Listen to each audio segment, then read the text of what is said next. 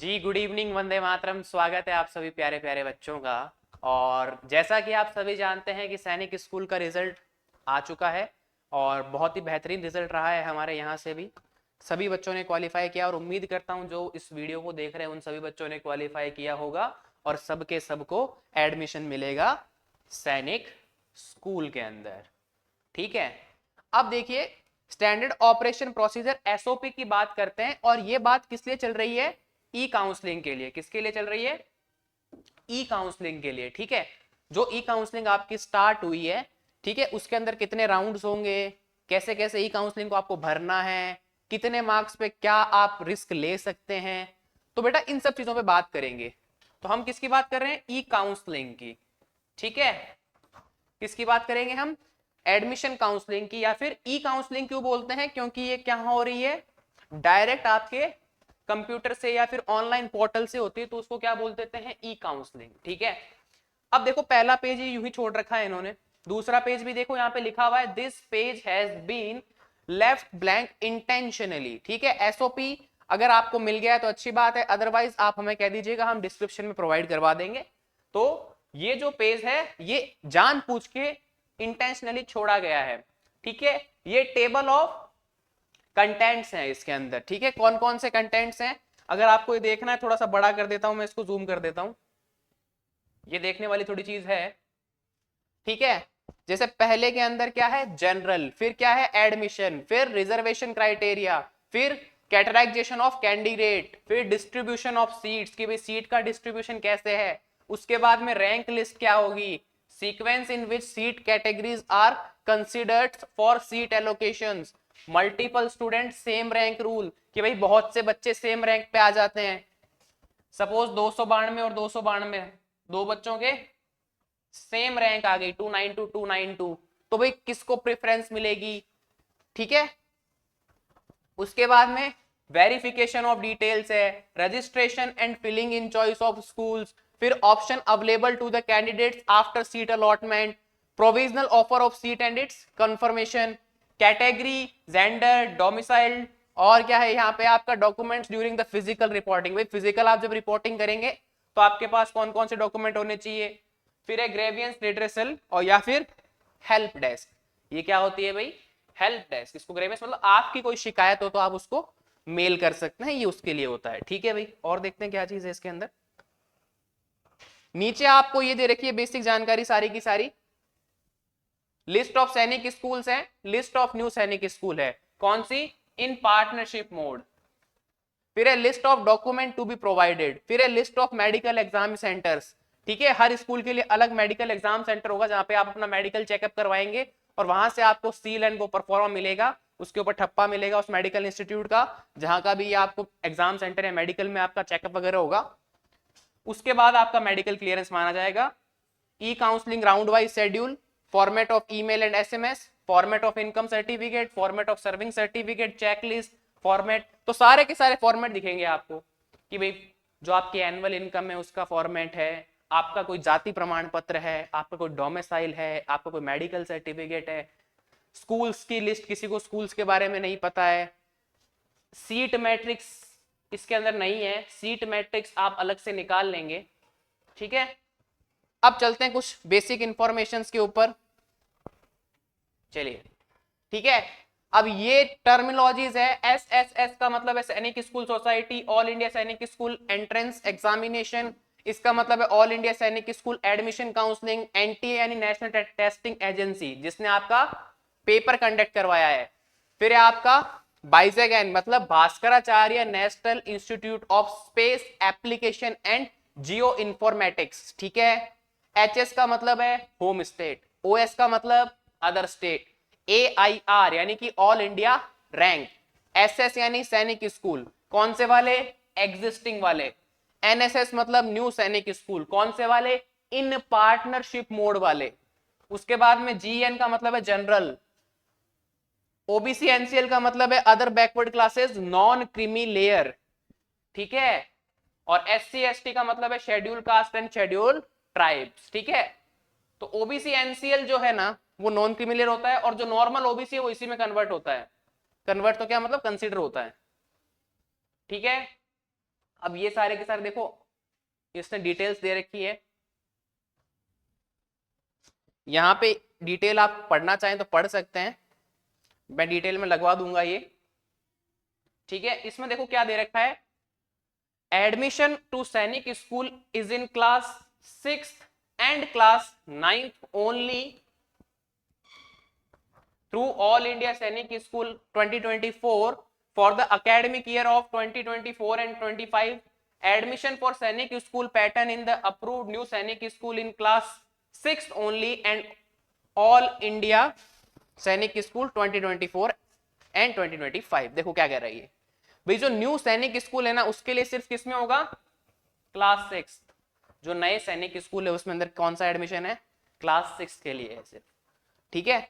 उसमें सब चीजें नहीं है, जैसे कि जो सैनिक स्कूल है उसमें तो क्लास 6 और क्लास 9 है, कौन से एग्जाम के थ्रू, इस एग्जाम के थ्रू। बट एडमिशन फॉर सैनिक school pattern in the approved new Sainik school in class 6 only. जो न्यू सैनिक स्कूल है उसमें सिर्फ क्लास 6 है, एनएसएस, ठीक है भाई।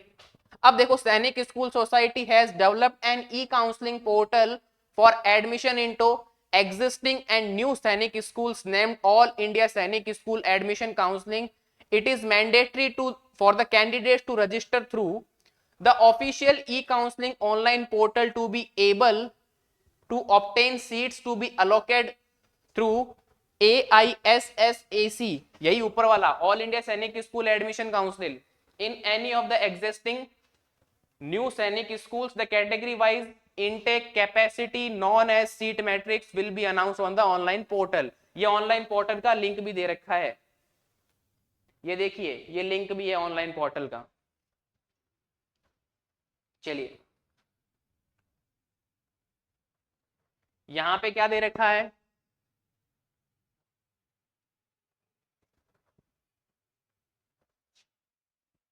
अब इसमें देखो the seat allocation process follow a strict timeline, बिल्कुल स्ट्रिक्ट टाइमलाइन है इसके अंदर। The entire process is online, सारा का सारा प्रोसेस ऑनलाइन है, आप अगर पीछे रह गए तो आपकी गलती है। एंड कंप्यूटर ऑपरेटेड, सारा का सारा कंप्यूटर ऑपरेटेड है। No exceptions are possible and therefore candidates are strongly advised to thoroughly acquaint themselves with SOP, be vigilant, keep their documents handy and make arrangements for making the requisite payments। ठीक है, आपको क्या करना है भाई, सारा का सारा काम करके रखना है, चाहे आपका क्या हो। एसओपी को आपको ढंग से पढ़ना है एकदम तरीके से कि भाई जो जो चीज हमें काम आने वाली है, जो जो डॉक्यूमेंट काम में आने वाला है। डेट्स को लेके इसने स्पेशली बोला है क्या कि भाई स्ट्रिक्ट है ये, इसमें आपको ऐसा नहीं मिलेगा कि डेट बढ़ा दी, जैसे नवोदय वगैरह कुछ एग्जाम में क्या होता है डेट बढ़ा देते हैं लास्ट टाइम पे। इसका पूरा स्ट्रिक्ट मामला है, सब कुछ पहले से दे रखा है, कोई भी डेट इसके अंदर एक्सटेंड नहीं होने वाली है। और पहली काउंसलिंग में ही भर दो, क्योंकि लोग क्या होते हैं पीछे रह जाते हैं, ठीक है। और अगर आपका बच्चा 9th में पढ़ रहा है तो आपको पहली काउंसलिंग बिल्कुल मिस नहीं करनी है। 9th में पढ़ रहा है इन द सेंस 9th के लिए एडमिशन लेना चाहता है, 8th में पढ़ रहा है, क्योंकि 9th में नियर अबाउट 700 सीट्स हैं। अगर आप सीट मैट्रिक्स देखोगे तो नियर अबाउट 700 सीट्स होंगी बॉयज वगैरह के लिए। मैं एक डेटा हाइपोथेटिकल तो नहीं, ओवरऑल डेटा आपको बता रहा हूं कि अप्रोक्सीमेट बॉयज के लिए इतनी सीट है 9th क्लास के अंदर 700 सीट्स। तो जो पहले भर गया फर्स्ट काउंसलिंग में जिसका नंबर लग गया उसका लग गया। हो सकता है आपने पहली काउंसलिंग में भर दिया, आपके नंबर 260 थे, कहीं ना कहीं आपका नंबर लग गया, अब वो सीट वहां बुक हो गई। अब क्या हुआ, दूसरी काउंसलिंग में जिसके नंबर 280 थे वो आया, ठीक है। सपोज कहीं पे भी सीट भरता हूं मैं, सपोज मैंने भर दिया राजस्थान के अंदर, राजस्थान के अंदर 2 सीटें थी। कितनी सीटें थी, 2 सीटें 9th के लिए जनरल कैटेगरी की। तो 2 बच्चे थे, एक के नंबर आए 260, दूसरे के थे 258। इन दोनों ने आवेदन किया, या जिन्होंने भी आवेदन किया या जिन्होंने भी भरा उसमें हाईएस्ट मार्क्स ये थे फर्स्ट काउंसलिंग के, तो इन दोनों को ये सीट मिल जाएगी। जैसे ही मिली इनको क्या करनी होगी, कंफर्मेशन करना होगा कि हाँ भाई हमने ये सीट ले ली है, ठीक है। उसके बाद में क्या हुआ, नेक्स्ट काउंसलिंग में क्या हुआ, एक आदमी की नींद खुली और उसने कहा कि यार फर्स्ट काउंसलिंग तो बहुत जल्दी हो गई थी, मैं भर नहीं पाया। उसने राजस्थान के लिए अप्लाई किया और उसका नंबर है सपोज 290, इन दोनों से बहुत ज्यादा नंबर हैं।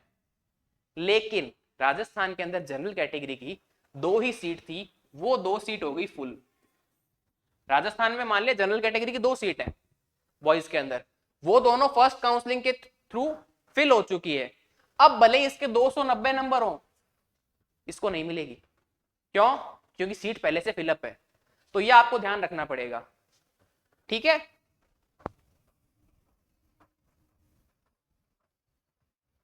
चलिए, तो ये थोड़ा सा आप ध्यान रखेंगे।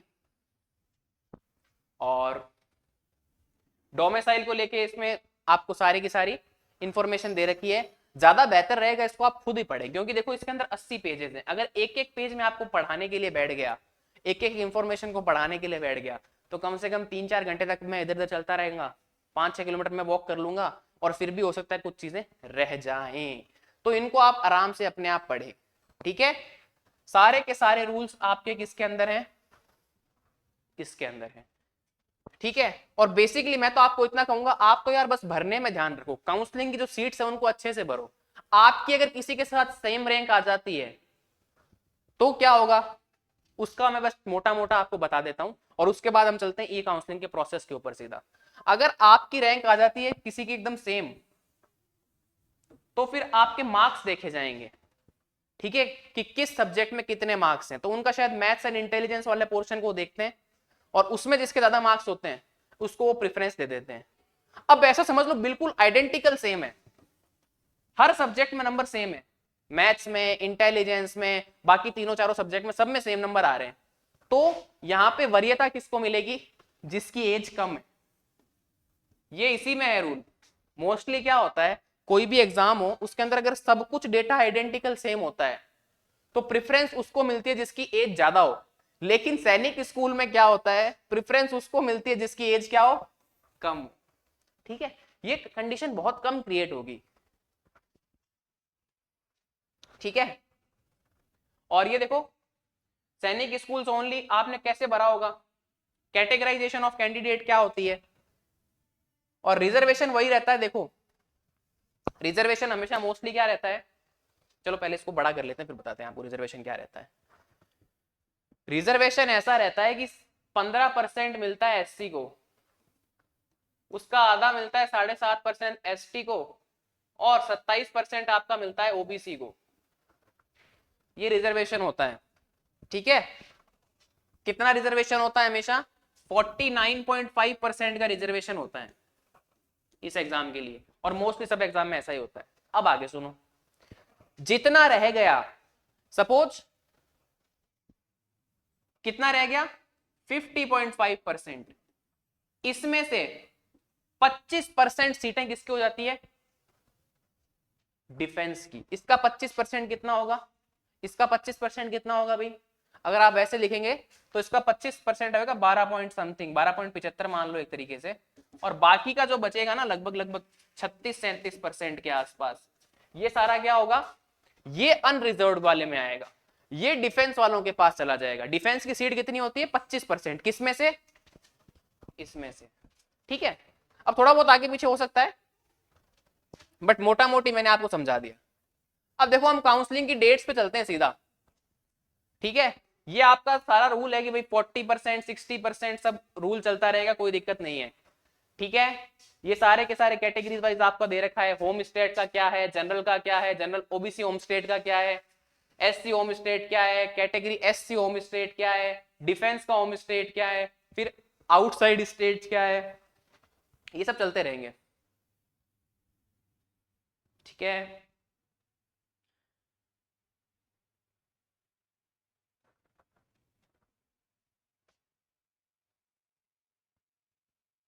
ये सारी एलिजिबिलिटी आप पढ़ते रहें अच्छे से, और आप खुद पढ़े तो ज्यादा अच्छा रहेगा। देखो नोट क्या दे रखा है, नोट पढ़ लिया करो, ऐसा कुछ भी दिखे तो उसको तो पढ़ना चाहिए। In approved new Sainik school if seats are filled in gender neutral then seat allocation to candidates will be as per merit irrespective of gender, ठीक है। कि भाई अगर जेंडर न्यूट्रल में कोई सीट फिल हो जाती है तो आपका क्या होगा, उसके बाद में मेरिट के ऊपर होगा, ना कि जेंडर के ऊपर। In case of the filled seats in gender neutral and female separately, then female seats will be allocated to female candidates first. ठीक है, फीमेल को ज्यादा दिया गया है क्योंकि फीमेल की देखो सीटें कम ही है। अगर आप सीट मैट्रिक्स में जाओगे तो हर स्कूल में या हर जगह हर कैटेगरी में नाइन्थ वालों में कुछ में तो एक एक सीट है, नाइन्थ वालों में तो एक एक सीट है। जो बच्चे या जो बच्चियां नाइन्थ के लिए एग्जाम देंगी उनके लिए तो हर कैटेगरी में एक एक सीट का मतलब मान लो आप कि भाई राजस्थान में जैसे 3 स्कूल है तो आप मान लो 3 या 4 फीमेल कैंडिडेट होगी जनरल की। चलिए नेक्स्ट देखिए। ठीक है, अब देखो ये है चॉइस फिलिंग वाला। अब आया है कि भाई चॉइस फिलिंग कैसे करनी होती है। तो चॉइस फिलिंग में आप अगर देखो तो इसके अंदर आपको 3-4 चीजें दे रखी होगी। आपको क्या करना है, सबसे पहली एक तो सीट आपने भर रखी है, एक सीट तो आपने भर रखी है। कैसे भर रखी है, सोचो जब आपने एग्जाम फॉर्म भरा था या अभी आपका रिजल्ट आया है तो उसके अंदर आपने एक ऐसा लिखा होगा ऑप्ट सैनिक स्कूल, कि मतलब आपने जब फॉर्म लगाया था तो कौन से सैनिक स्कूल का चयन किया था। ठीक है, उसके अलावा अगर आपने सिर्फ सैनिक स्कूल है, सिर्फ सैनिक स्कूल वाला भर रखा है कि एसएस ओनली, तो आपको कितनी चॉइस भरनी है, 9 चॉइस भरनी है। कितनी चॉइस भरनी है, 9 चॉइस। ठीक है, और फिर आपका फेज 1 का आ जाएगा। अब क्या हुआ, फेज 1 में आप मान लो आपको कोई सीट नहीं मिली तो फेज 1 के बाद में आपके पास में एक लिस्ट आ जाएगी कि किस स्टेट के अंदर कितने वाले बच्चे सेलेक्ट हो रहे हैं। सपोज आपके नंबर है 260 और राजस्थान में जो सेलेक्ट हुआ है उसके नंबर थे 262, जो लास्ट बंदा सेलेक्ट हुआ है उसके नंबर थे 262। तो आपको लग रहा है हाँ भाई पास में है, तो जब सेकंड काउंसलिंग होगी ना तो आपको दोबारा से चॉइस भरनी पड़ेगी 9। तब आप क्या करेंगे, तब आप वापस से क्या करेंगे, राजस्थान वाली चॉइस को पहले रख देंगे। उससे क्या होगा कि भाई 2 का ही गैप है तो यहां पे चांसेस ज्यादा है। ऐसे कर करके आप अपनी सीट्स क्या करते रहेंगे, चेक करते रहेंगे। ठीक है, ये किसमें, एसएस ओनली में। ये एसएस प्लस एनएसएस 40% वाले में क्या है कि भाई 9 ये हैं 14 ये हैं, आपको 9 और 14 और एक आपकी फाइनल है। ये फेज 1, ये आएगी फेज 2 के अंदर। और एक चीज ध्यान रखना, दोनों सैनिक स्कूल से आपको कॉल नहीं आएगा। ठीक है, अगर आप दोनों, पहली बात तो अलॉट ही नहीं होगी, एक ही अलॉट होगी। अगर आपको ये सैनिक स्कूल अलर्ट हो गया तो आपको इसका मतलब ही नहीं है। भाई अगर आपका एसएस में एडमिशन हो गया, एसएस के लिए आपको शॉर्ट लिस्ट कर लिया गया कि भाई आपके नंबर ठीक है, आ जाओ, पहले आप क्या दो, अपना डॉक्यूमेंट वेरिफिकेशन मेडिकल वगैरह करवाओ, उसके बाद देखते हैं। तो अगर आप इसमें सेलेक्ट भी हो रहे होंगे तो इसका पत्ता साफ है। चलिए, तो इस तरीके से क्या होगा, आपको भरना पड़ेगा, बार बार भरना पड़ेगा। और बेसिकली मार्क्स अच्छे हैं तो चलेगा। और न्यू सैनिक स्कूल्स आने के बाद में ये है कि अगर बच्चों के मार्क्स थोड़े कम भी हैं तो आपको दूर दराज में कहीं मिल जाएगा। जैसे कि आप नॉर्थ ईस्ट में चले जाना, अगर आपके बच्चे के मार्क्स कम है और आप उससे परेशान है, बच्चे से परेशान है, माँ बाप की बस बच्चे को भेजना है, सैनिक स्कूल भेजना है। परेशान तो चलो थोड़ा सा मस्ती मजाक वाली बात हो गई, इन द सेंस आपको भाई कि भाई हाँ मुझे एनी हाउ बच्चे को सैनिक स्कूल में पढ़ाना है, तो सबसे बेस्ट है नॉर्थ ईस्ट वगैरह में भेज दो। या फिर फर्स्ट काउंसलिंग के बाद ये देखो कि किनका कट ऑफ सबसे कम रह रहा है, उसमें भेज दो। तो अगर आपके बच्चे के 9th में 280 से ऊपर नंबर हैं तो बच्चा ठीक ठाक कंडीशन में है। आप टॉप जो सैनिक स्कूल्स हैं उनको रखो प्रेफरेंस में। ठीक है, जैसे आप साउथ के हो, सपोज आपका तमिलनाडु या फिर साउथ रीजन है और आपके नंबर 280 के आसपास है, तो आप सेकंड या थर्ड चॉइस में गोरखल वगैरह भर दो। क्या भर दो, गोरखल वगैरह भर दो।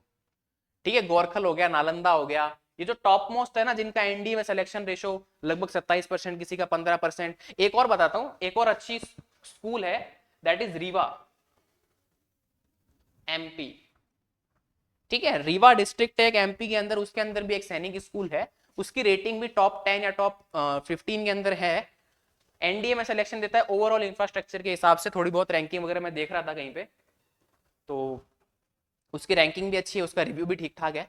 तो आप उसमें भी ट्राई कर सकते हो। क्यों, क्योंकि आप देखो साउथ के हो 280 प्लस नंबर है, अदर स्टेट में आपको कोटा लग सकता है, ठीक है। ये रिस्क आप 260 तक भी ले सकते हो, ठीक है। काउंसलिंग सब भरो ना, काउंसलिंग तो भर दो, क्या दिक्कत है, ठीक है।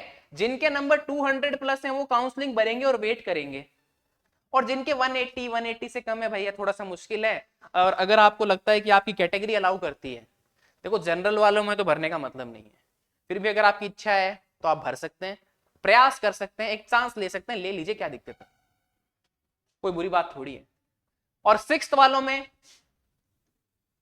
जिसके नंबर 180 से ऊपर है, 300 की रेंज, 300 तो हाईएस्ट मार्क्स हैं, वो भर दो यार, फॉर्म भर दो, काउंसलिंग करवा लो, क्या पता मिल जाए। और अगर लड़कियां हैं तो स्पेशली 6th वालों में काउंसलिंग करवाएं आप, और अभी फर्स्ट काउंसलिंग में भरें आप, आज का आज भर दें फटाफट से। क्योंकि देखो एक चीज बताऊं क्या मैं, रिजल्ट आपका आया कब है, 13 तारीख को रात को आया है, if I am not wrong 13 तारीख को रात को रिजल्ट आया है आपका, ठीक है। और मैंने आपको बोला क्या था कि 8 से 10 तारीख के बीच में आएगा, 2-3 दिन ऊपर कर लेना, 2-3 दिन नीचे कर लेना। तो मैंने आपको जो बताया था कि भाई 8 से 10, 2-3 दिन ऊपर करोगे तो 14 तारीख तक चला जाएगा, यहाँ पे 5 से 6, तो मैंने आपको एक बोला था कि 6 के बाद में आएगा, और लगभग 10 तारीख के आसपास आप 2-4 दिन ऊपर नीचे कर लेना। 13 को रात को आपका रिजल्ट आ गया, और काउंसलिंग आपकी देखो पहली काउंसलिंग 14 से 16 दी है, और आज जब वीडियो रिकॉर्ड कर रहा हूं तब 16 हो गई।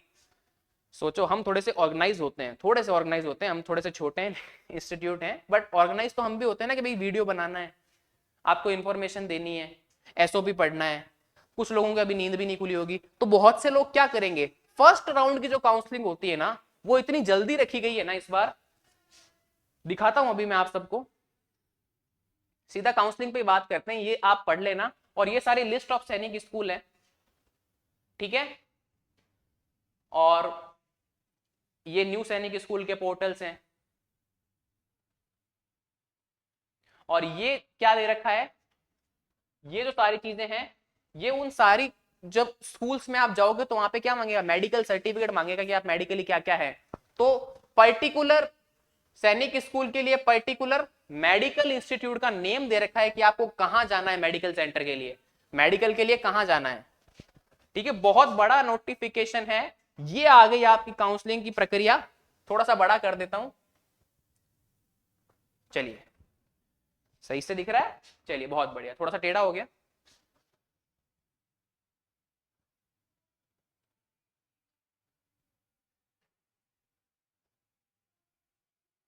चलो देखो पहली जो काउंसलिंग है उसको आप देखो, ये राउंड फर्स्ट की जो काउंसलिंग है, सोच के देखें, candidate registration and candidate choice filling, देखो 14 तारीख से स्टार्ट हुई है, 16 तारीख तक की कैंडिडेट सिर्फ है, समझे आप, मतलब आप रिजल्ट के हवा में 2-3 दिन रहे होंगे, 80 पेज का एसओपी पढ़ा होगा, नहीं पढ़ा होगा, मैं कह रहा हूं कुछ इंस्टीट्यूट या कुछ लोगों ने तो पढ़ा भी नहीं है अभी तक, वो बस चिल में घूम रहे हैं, आराम से होगी काउंसलिंग, नहीं भाई अभी है, आज लास्ट डेट है, नहीं भरा है भर दो, ठीक है। पोर्टल अपडेशन कब होगा, 18/3 और 19/3 को। सीट अलोकेशन कब मिलेगी, देखो रिजल्ट कब आ जाएगा आपका, 20/3 को आ जाएगा, मतलब आप जब 14 से 16 के बीच में अपनी सीट भर देंगे, ठीक है, जो भी आपका एनएसएस है चाहे एसएस है, अपने आप चॉइस आएगी, जो चॉइस आपको अच्छी लगे वो भरे, और भी बताऊंगा कैसे भर सकते हैं चॉइस, रुकना अभी थोड़ा सा। 20 तारीख को आपको क्या आ जाएगा कि आपको सीट मिली है नहीं मिली है, खत्म कहानी। 22 तारीख आएगी last date to accept allotted school, suppose आपको स्कूल अलॉट हो गया और आप चाहते हैं कि उस स्कूल को आप ले ले या नहीं ले, आपके ऊपर मर्जी है, अगर आप ले लेते हैं तो अच्छी बात है, और अगर आप नहीं लेते हैं आपको फिर काउंसलिंग में जाना तो अलग बात है। अब देखो फिर क्या होगा, वापस से अपडेट होगा पोर्टल, उसके बाद में क्या होगा, verification of document cum medical commencement date, अब आपको मेडिकल कब करवाना है भाई, 25 से, ठीक है 25 तारीख, और last date for document verification and fee submission क्या है, 8 अप्रैल, सॉरी 6 है क्या, ठीक है 6 अप्रैल है, सॉरी यहां से ठीक से दिख नहीं रहा था, 8 ही दिख रहा था। और अपडेट पोर्टल दोबारा कब होगा, 8 और 9 तारीख को। क्या हुआ कि सारा कुछ हो गया, आपने क्या कर दिया, सीट किसने एक्सेप्ट की किसने नहीं की, उनको मिल गया, अब क्या होगा यहाँ पे, जैसे कि 100 सीट थी, कितने लोगों को अलॉट हो गई, मान लो 100 लोगों को अलॉट हो गई, उसमें से क्या हुआ, यहां से मान लेते हैं हम कि 90 लोगों ने एक्सेप्ट की, 90 लोगों ने क्या की, एक्सेप्ट की स्कूल को। भाई कुछ लोग तो ऐसे होते हैं पेपर देख के देख लेते हैं, दूर है नहीं भेजेंगे, हमारा बच्चा हमसे दूर नहीं रहेगा, तो इस तरह के कैंडिडेट ज्यादा होते हैं, इसलिए पहली काउंसलिंग रामबाण होती है। अगर आपके नंबर 10-15 कम भी है ना, पहली काउंसलिंग में निकल जाते हैं कई बार। अब देखो फिर अपडेट होगा, फिर कुछ लोग मेडिकल में निकल जाएंगे, कुछ ना कुछ खराबी आ जाएगी, तो सपोज यहां से ज्यादा नहीं निकालते हैं, 5 लोग निकाल देते हैं, 85 बचे। फिर कुछ लोगों का डोमिसाइल वगैरह में दिक्कत आएगा, कुछ लोगों के मार्कशीट वगैरह में दिक्कत आएगी, कुछ लोगों को क्या मिल गया, दूर मिल गया, या सपोज वो वहां पे गए, उन्हें वहां का एनवायरमेंट अच्छा नहीं लगा अपने बच्चे के लिए, तो मान लिया मैंने 5-7 लोग और निकल गए, बच्चे 78। वापस से पोर्टल रिवाइज करेगा अपने आप को और देखेगा कि भाई 100 सीट थी, 78 भर गई, कितनी बची, 22 और बच गई, तो वो 22 इसमें आ जाएगी यहां से। फिर वो वापस वही चलेगा कि 10 अप्रैल को भरे जाएंगे, फिर 12 अप्रैल को पोर्टल क्लोज, ये इस तरीके से चलता रहेगा। दिक्कत क्या होती है कई बार कि हम क्या है, छुट्टियों में बच्चे भूल जाते हैं, पेरेंट्स भी भूल जाते हैं कि रे हाँ आने वाला था, और इसने देखो क्या कारस्तानी कर रखी है कि सिर्फ 2-2 3-3 दिन का विंडो दे रखा है हर जगह पे। तो इसी तरीके से आपके 7 राउंड चलेंगे, और लास्ट राउंड कब तक चल रहा है, 1/9 तक। अब ये 1/9 कौन सा होता है भाई, 1/9 यानी कि आपका होगा सितंबर तक, 1 सितंबर तक है ना, सितंबर। और उसके बाद में भी क्या कह रहा है, ये 8वां राउंड है, ठीक है, इसके ऊपर स्टार लगा हुआ है, इसकी बात बाद में करेंगे। पहली बात कि आपका 11 जुलाई तक तो चलेगा ही चलेगा, सॉरी 11 अगस्त तक तो चलेगा ही चलेगा, 11/8 लिख रखा है ना, वो तो चलेगा ही चलेगा। स्टार क्यों लगा रखा है, 8th round of counselling would be registration for final choice of school by candidate, no further rounds of counselling would be conducted the after. इसके बाद में कोई नहीं आएगा, इसके बाद में मान लो कोई सीट आपके पास बच गई, तो एक सीट बचेगी, मान लो 8th राउंड सीटें बच गई, तो सिर्फ एक स्कूल चूज करने का मौका मिलेगा उसके अंदर, अगर आपके लग गए तो लग गए, सीधी सी बात है। ऐसे समझ सकते हैं कि सपोज 7 काउंसलिंग हो गई, आपको नहीं मिला, अब राजस्थान में एक वैकेंसी खाली थी, आपने अप्लाई किया, आपके साथ और लोगों ने अप्लाई किया, सिर्फ एक ही चॉइस भरने को मिलेगा, आपने कहीं भी भर सकते हो, राजस्थान, उत्तराखंड, यहाँ वहां वहां, तो भैया जिसके नंबर ज्यादा होंगे उसको मिल जाएगी, और एक ही चॉइस भरनी है, वो लास्ट एंड फाइनल होगा। तो लास्ट एंड फाइनल रिजल्ट कब आएगा, 8th काउंसलिंग के बाद में। जैसे जैसे मिलती रहेगी वैसे वैसे उनका सेशन स्टार्ट होता रहेगा। चलिए चलिए बहुत अच्छे, ठीक है। अब स्कूल चॉइस कैसे करना है भाई, बच्चों के ऊपर डिपेंड करता है, बच्चों की प्रकृति कैसी है आपके। कुछ बच्चे होते हैं होम सिक वाले, घर पे रहना है, मामा मैंने नहीं जाना, तो काफी बच्चे वैसे भी होते हैं। जैसे कि अगर बात करें तो 22,000 लोगों ने एग्जाम दिया था, किसका, 9th वालों का, और 9th में सीटें कितनी है बॉयज के, अराउंड 700। तो आप सोच के देखो कितने नंबर में सिलेक्शन होगा। इसलिए कैटेगरी वाइज आप देखें कि भाई मेरे एरिया में प्रीवियस ईयर में कितना रह रहा है, तो उस तरीके से आप आसपास का नंबर देख लें। तो जिनका 280 के आसपास नंबर हैं वो सेफ स्कोर है। 300 प्लस वाले क्या कर सकते हैं, पहली चॉइस तो जो आपने भरी है वो भरो, पहली 3 चॉइस तो आप अपनी होम स्टेट की भर दो। जिसके नंबर 300 से प्लस हैं, पहली 3 चॉइस आप होम स्टेट भरेंगे। उसके बाद में अगर आपकी इच्छा है तो आप, अगर आप होम में रहना चाहते हो तो, और किसी को गोरखल वगैरह वहां जाने की ज्यादा जल्दी है, 300 से ज्यादा मार्क्स है, तो एक काम कर लेना, पहले या तो आपकी जो होम चॉइस है वो तो रख ही लेना, ठीक है, फर्स्ट चॉइस जो आपकी होम की है। उसके बाद मान लो आपके होम स्टेट में 3 या 4 सैनिक स्कूल है, तो एक और भर देना जो आपके घर के पास पड़ता हो। उसके बाद में आप गोरखल, नालंदा वालंदा भर देना, और फिर नीचे आपके होम स्टेट की 2-3 स्कूल्स और भर देना। इस तरीके से आपको चॉइस फिल करनी है, ठीक है। आप जब वहां पे जाएंगे ना चॉइस फिल करने के लिए ई काउंसलिंग पोर्टल पे, बस इसमें से आप पढ़ते रहना थोड़ी थोड़ी चीजें, अच्छे से बढ़िया चाय वाय पीते हुए पढ़ना, क्योंकि 80 पेज का है। और अगर नहीं समझ में आए तो किसी इंग्लिश जानकारी वाले से भरवा लेना, साइबर वाइबर वाले के पास ज्यादा मत जाना, क्योंकि 80 पेज का वो नहीं पड़ेगा, ठीक है। जनरली आजकल इंग्लिश सभी को आती है, तो पेरेंट्स को बिठाना, अपने बड़े भाई को बिठाना, अच्छे से पढ़वाना, घंटा लेना, 2-3 घंटे, करियर का सवाल है। और पहले आओ पहले पाओ वाली स्ट्रेटेजी है इसके अंदर। बता चुका हूं ना मैं कि मान लो राजस्थान के अंदर 2 ही सीट थी, पहले 50 लोगों ने अप्लाई किया, उसमें हाईएस्ट नंबर कितने आए, एक के 258, एक के 260, इस दोनों को सीट मिल गई क्योंकि इनके हाईएस्ट थे। अब सेकंड काउंसलिंग में एक आदमी की नींद खुली, उसने भरा, उसके नंबर तो कितने थे 292, लेकिन राजस्थान के अंदर सीटें कितनी थी 2, और वो 2 सीट फिल हो गई। तो भैया तू 292 में ला चाहे 392 में ला, राजस्थान की तो सीटें होंगी फुल, तेरे को तो मिलनी नहीं है, खत्म होगी तेरा सीट का काम। इसलिए पहली काउंसलिंग इंपॉर्टेंट है, क्योंकि ये कम नंबर के थे बेशक, वैसे सभी भरेंगे, मैं तो एक एग्जांपल दे रहा हूं कि भाई इनके नंबर कम थे लेकिन इन्होंने पहले भर दिया तो इनको पहले मिल गया, पहले आओ पहले पाओ। इसके नंबर ज्यादा थे लेकिन ये नहीं भर पाया। यही तो देखो आर्मी, सैनिक स्कूल, सैनिक क्या होता है, डिसिप्लिन, टाइम की कीमत, तो वो यहाँ पे भी दिखानी पड़ेगी। कितना स्ट्रिक्ट पोर्टल दिया है उन्होंने, तो यहाँ पे भी आपको स्ट्रिक्ट रहना पड़ेगा। तो इस तरीके से आप भर सकते हैं। और जिसके नंबर अच्छे हैं और गर्ल्स वगैरह हैं तो उनके लिए प्रायोरिटी ये रहेगी कि सबसे पहला होम स्टेट, और फिर होम स्टेट के अंदर आप बाउंड्री देख लें ऐसे कि भाई किसके दायरे में मैं पहुंच सकता हूं।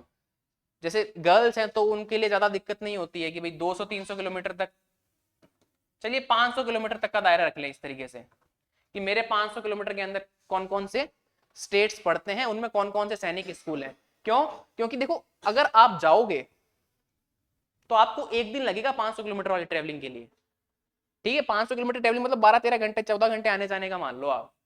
अब कहाँ पे बस जाएगी, कहाँ पे ट्रेन जाएगी, वो अलग अलग मैटर है। कौन सा एरिया आपको पसंद आता है नहीं आता है, ठीक है। और सबसे बेस्ट है नॉर्थ ईस्ट वाले में चले जाओ जिसके नंबर कम लग रहे हैं और आपको जाना ही है, ठीक है। और नॉर्थ ईस्ट के माहौल का कोई इफेक्ट नहीं पड़ेगा। बच्चे सोचे हैं, घर वाले ये सोचे हैं, वैसे तो सेना के बच्चे ही होते हैं मोस्टली, सैनिक स्कूल देने वाले आर्मी पर्सन के बच्चे होते हैं। तो भाई सैनिक स्कूल वगैरह पे कोई दंगा वगैरह नॉर्थ ईस्ट में कुछ भी होता है तो उसका इफेक्ट नहीं पड़ता है। बहुत ही जबरदस्त चीज होती है, आपका बच्चा अंदर वहां पूरी तरीके से सेफ है। तो नॉर्थ ईस्ट आपके लिए, सैनिक स्कूल के बच्चों के लिए पूरी तरह से सेफ है, तो बिल्कुल आप भर सकते हैं। उसके बाद भी अगर आपको कोई दिक्कत लगे तो आप व्हाट्सएप नंबर पे मैसेज कर दीजिएगा। और जो बच्चे यहाँ से पढ़े थे और जिन्होंने तब तक रिजल्ट सबमिट नहीं किया है, प्लीज रिजल्ट सबमिट कर दें। और सबसे बड़ी बात, हमारे यहाँ पे ऑफलाइन के अंदर 11 बच्चे थे, ठीक है, और 11 के 11 ने सिलेक्शन लिया है, ठीक है, सॉरी क्वालिफाइड हुए हैं। अभी तक तो सिलेक्शन तो क्या लिया है, क्वालिफाइड हुए हैं, ठीक है, सारे के सारे बच्चे क्वालिफाइड हुए हैं, ठीक है। ऑफलाइन के अंदर एप्लीकेशन के ऊपर जो बच्चे थे, या फिर हम बात करें यूट्यूब के ऊपर कुछ बच्चे थे, तो उन 10 से 15 बच्चों में भी सिलेक्शन हुए हैं, क्वालिफाइड किया है। उनका डेटा और फोटोग्राफ्स भी मैं आपको दिखाऊंगा। हमारे बच्चे थे उनका कल हमने करके डाल दिया अच्छे से, फोटोज भी आपके सामने मिल जाएगी। और जो भी बच्चे पढ़े हैं यूट्यूब के माध्यम से या ऑनलाइन, वो प्लीज व्हाट्सएप पे हमें रिजल्ट भेजें। तो कल या परसों में आपको टोटल रिजल्ट मिल जाएगा कि भाई कितने सिलेक्शन या कितने क्वालिफाइड हुए हैं। अकॉर्डिंग टू मैं अगर मैं रफ डाटा दूं तो कम से कम 22 से 25 लोग क्वालिफाई करके गए हैं फ्यूचर डिफेंस एकेडमी से। और चलिए जितना रेशो रहा है लगभग सबका ही हुआ है, 100% रेशो रहा है, ठीक है। चलिए मिलते हैं नेक्स्ट क्लास में। जय हिंद, धन्यवाद।